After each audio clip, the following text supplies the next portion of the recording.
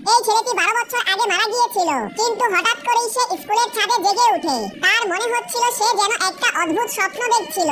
সে বুঝতে পারল ক্লাস শুরু হতে যাচ্ছে, তাই সে দ্রুত ক্লাসের দিকে দৌড় দেয়। কিন্তু সেখানে গিয়ে কাউকে সে চিনতে পারে না। ঠিক তখনই একজন শিক্ষক ভিতরে আসে এবং তাকে 12 বছর পুরনো ইউনিফর্ম পরে থাকতে দেখে ভাবে সে হয়তো দুষ্টুমি করতে এসেছে। শিক্ষক নিরাপত্তা রক্ষীকে ডাকতে যায়, কিন্তু ছেলেটি ততক্ষণে বাহিরে চলে গেছে। বাহিরে এসে সে দেখতে পায় একটি ইলেকট্রনিক স্ক্রিনে লেখা আছে সাল 2017। সে অবাক হয়ে গেল, এখন তো 2005 সাল হওয়া উচিত ছিল। তখন তার মনে পড়ল তার ছোট ভাই বোন আছে যারা তার অপেক্ষায় ছিল।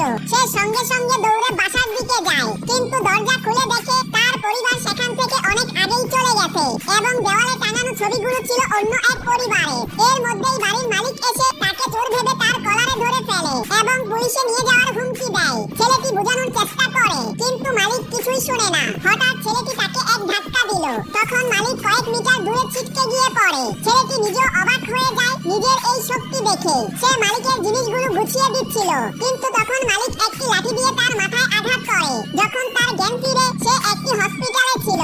একজন ডাক্তার তার মাথায় ব্যান্ডেজ করে দিচ্ছিল এবং একজন পুলিশ অফিসার তাকে জিজ্ঞাসাবাদ করছিল। ছেলেটি বলে, আমার নাম জ্যাক, আমি 7 জুন 1947 সালে জন্মেছি। পুলিশ অফিসার বিশ্বাস করতে চায় না। তিনি বলে, যদি তুমি 1947 সালে জন্মে থাকো তাহলে তোমার 31 বছর বয়স হওয়া উচিত। অফিসার ভাবলেন ছেলেটি মিথ্যা বলছে, তখন তাকে থানায় নিয়ে যাওয়ার সিদ্ধান্ত নেয়। কিন্তু অফিসার যখন অনলাইনে তার তথ্য খুঁজে দেখে সে সত্যি বলছে এবং রেকর্ড অনুযায়ী জ্যাক 12 বছর আগে মারা গিয়েছিল।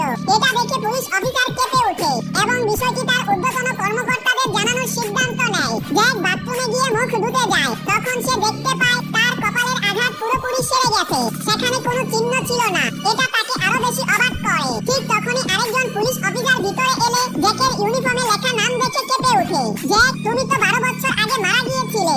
এই অফিসার ছিল জ্যাকের পুরনো স্কুল বন্ধু। ভয়ে অজ্ঞান হয়ে মাটিতে পড়ে যায়। দুপুরে তারা দুজন একসাথে খাবার খাচ্ছিল।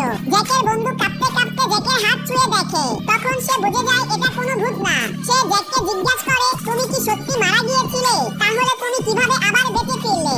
জ্যাক সেই দিনের কথা মনে করতে লাগলো।